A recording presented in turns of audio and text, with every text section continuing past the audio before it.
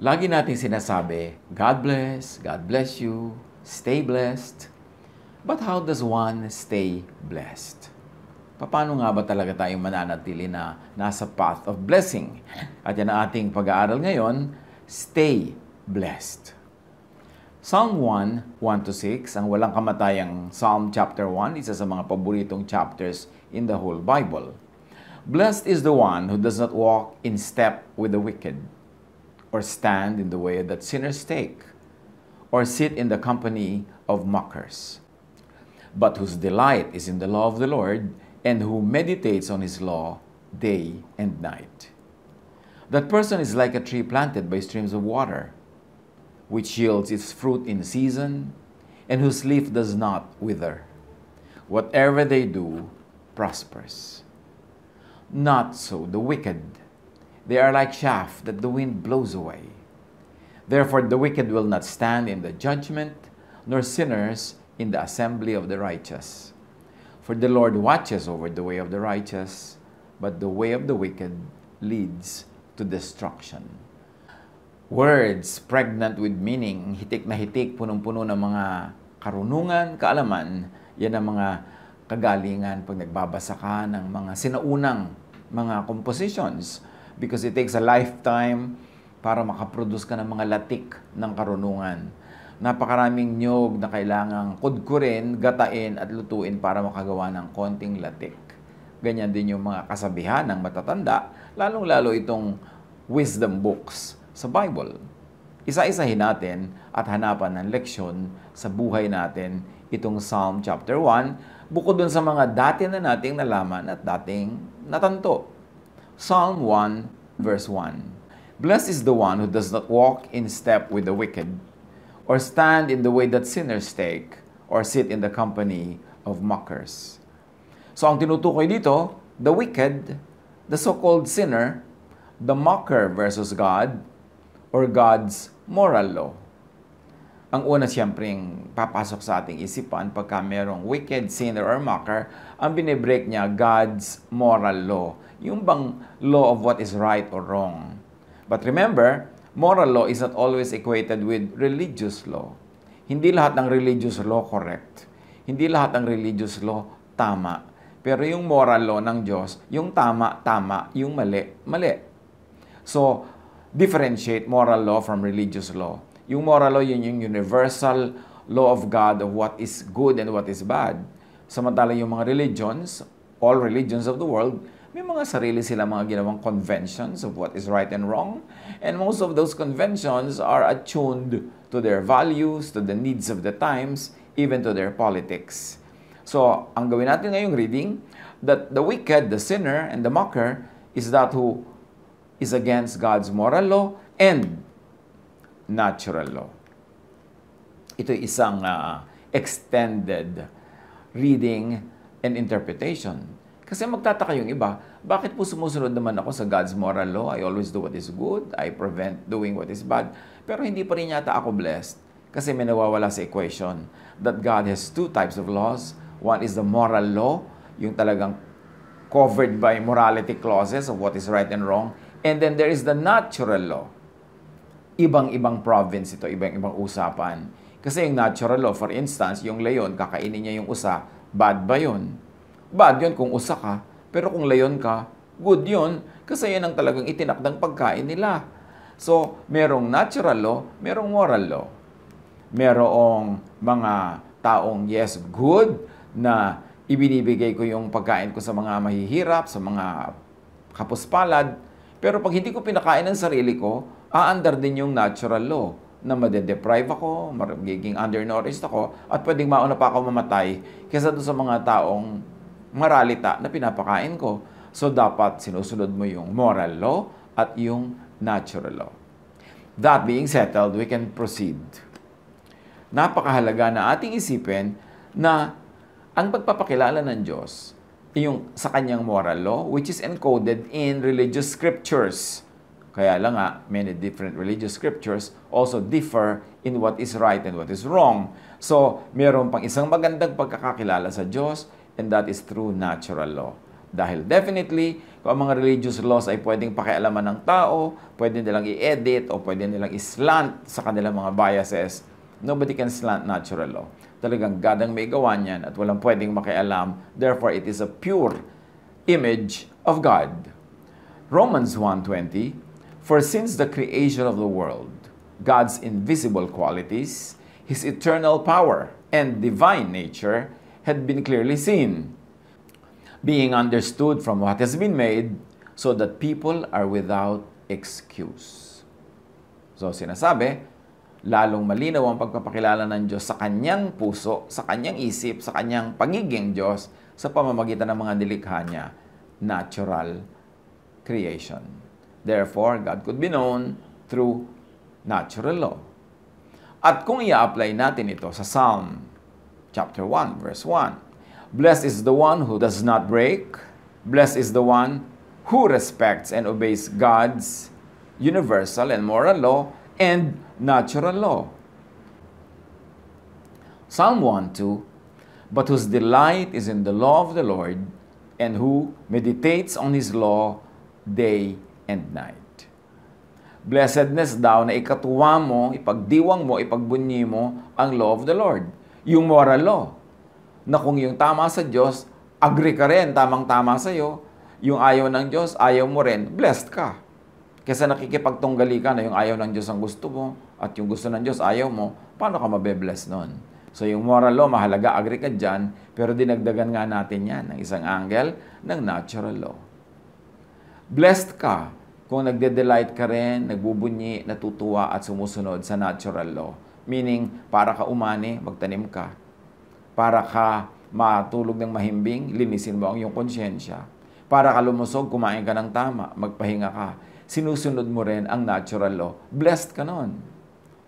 Kasi maraming tao, they struggle to really, and they strive very hard to obey God's moral law. At doon pasado sila. Pero they fail sa pag-respect sa God's natural law. Kaya nagkakasakit pa rin sila, nalulugi pa rin sa negosyo, nasusunugan, kung ano na nangyayari, kasi meron pang natural law.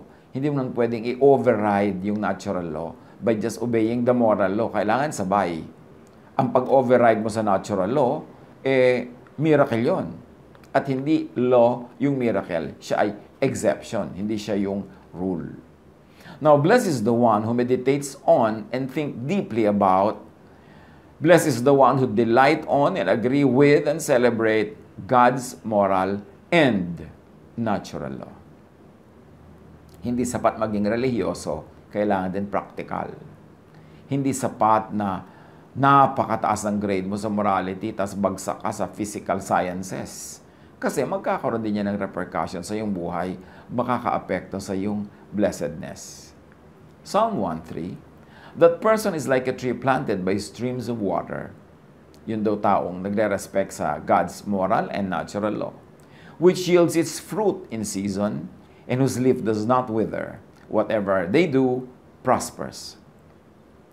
Pagka sumusunod ka sa God's moral law of what is right and wrong, what is good and bad, ino-observe mo yan. At pagkatapos sumusunod ka sa natural law, nagtatanim ka sa tamang panahon, ginagawa mo yung dapat, iniingatan mo yung sarili mo na hindi ka mahulog dahil may law of gravity, yan, para ka daw punong nakatanim sa tabi ng batis. Ano man ang mangyari, nakasawsawang yung ugat sa tubig, napapainom ang halaman, mamumunga, laging sariwa mga dahon, at ito ang blessedness. Huwag kang lalayo sa streams of water.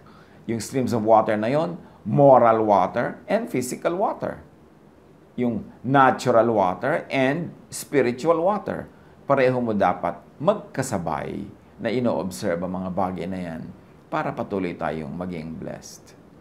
People who understand, appreciate, obey, and enjoy obeying God's moral and natural laws become and remain prosperous. Psalm 1 verse 4, not so the wicked. They are like chaff that the wind blows away. So sino yung wicked dito? Yung disobedient to God's moral law, at idagdag natin, those who are disobedient to God's natural law. It's a form of wickedness to disobey natural law because God is also the author of moral and natural law. Pareho lang dapat yan iginagalang. So pagka the wicked ka, para kang para kang balat ng palay na walang laman, magaan, nililipad-lipad ng hangin kahit saan na lang dalhin. Walang direksyon, walang bigat, walang timbang, walang halaga. The wicked have no roots or anchor or stability. The wicked have no directed growth to fruitfulness, and they have no sure path to prosperity. And remember, this is not only the wicked in moral terms, but also the wicked in terms of not obeying, not respecting natural law. Hindi sapat na relihiyoso ka, hindi sapat na spiritual na moral ka, kailangan din nakasubmit ka to physical laws, to the natural law of creation. Psalm 1, 5-6. Therefore the wicked will not stand in the judgment, nor sinners in the assembly of the righteous. For the Lord watches over the way of the righteous, but the way of the wicked leads to destruction. Non-adherence, disobedience to God's moral and natural laws have automatic consequences. At yan ang dagdag na angle sa pag-aaral natin ngayon ng Psalm chapter 1 na hindi lang yung sa moral kundi sa natural and physical din sa pagsunod sa mga batas ng Diyos, nandun ang blessedness. Galatians 6:7, if you think you can fool God, you're only fooling yourselves. You will harvest what you plant. And apply this spiritually, apply this physically, practically. Kailangan, kung ano yung gusto mong anihin, yun ang itatanim. Ano gusto mong umani ng peace of mind? Anong itatanim mo sa iyong brain, sa iyong utak? Eh di peaceful thoughts. Kailangan naman magkaroon ka ng peaceful sleep. Ang itinanim mo dyan, puro bad news, lalo fake news, lalo yung mga hysterically bad news. Paano ka magkaka-peace? Gusto mo ng peace in the Lord? Nangako na nga siya na, I will never leave you, I will never forsake you, I will always take care of you. Tapos ang lagi mong iniisip, mga nakaka-torture na idea ng mga end times, na according to Matthew 24, tapos na nga. Pero gusto mo pang hindi pa tapos, gusto mo mangyayari pa lang, ninenervyos ka tuloy. So ang bunga ay gulo kasi ang tanim ay gulo. Both physical and spiritual pagtatanim ang pinag-uusapan natin. Yung ang gusto mo, ang ani mo, masagana ka, marami kang savings, kaya anong tanim mo? Nagtanim ka ba ng pagsisikap? Nagtanim ka ba ng sipag? Nagtanim ka talaga ng diskarte? Nagtanim ka ng pagtitipon, pag-iimpok? O ano tinanim mo? Kung itinanim mo kasi katamaran, ang itinanim mo paggastos sa walang habas, ang itinanim mo wala kang ginagawang paghahanda, siyempre ang aanihin mo yun din. O anong itinatanim mo emotionally sa iyong puso? Pag-ibig sa kapwa. O di ang aanihin mo rin pag-ibig. Kung hindi ka man ibigin ng taong exactly na inibig mo, may ibang iibig sa'yo. Kasi ang itinanim, aanihin. Pero kung wala ka namang itinatanim, tapos aasahan mo, aani ka nun. Paano mangyayari yon? That's why blessed is the man who walks not in the counsel of the wicked. At yung wickedness na yun, kahit spiritual, kahit scientific. Merong scientific wickedness yung hindi mo nire-respect ang law of science. Hindi ka kumakain ng tama, hindi ka natutulog ng husto, tapos gusto mo malusog ka.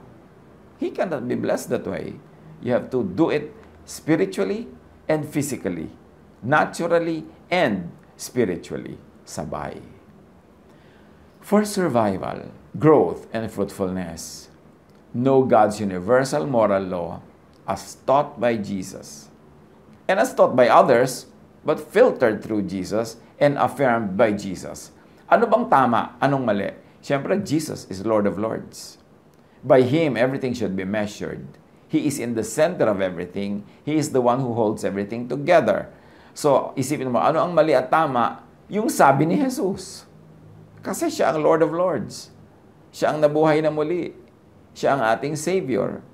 Pag may sinasabi ang ibang religious persons, pag may sinasabi ang ibang chapters, verses, na kontra sa sinasabi ni Jesus, dapat hindi ka malito kung kanino ka dapat sumunod. Ngayon, yung marami naman mga ibang teachers, ibang verses, ibang chapters, ibang books, may mga katuroan din kung anong tama, sundin. Basta pumapasa sa Jesus filter.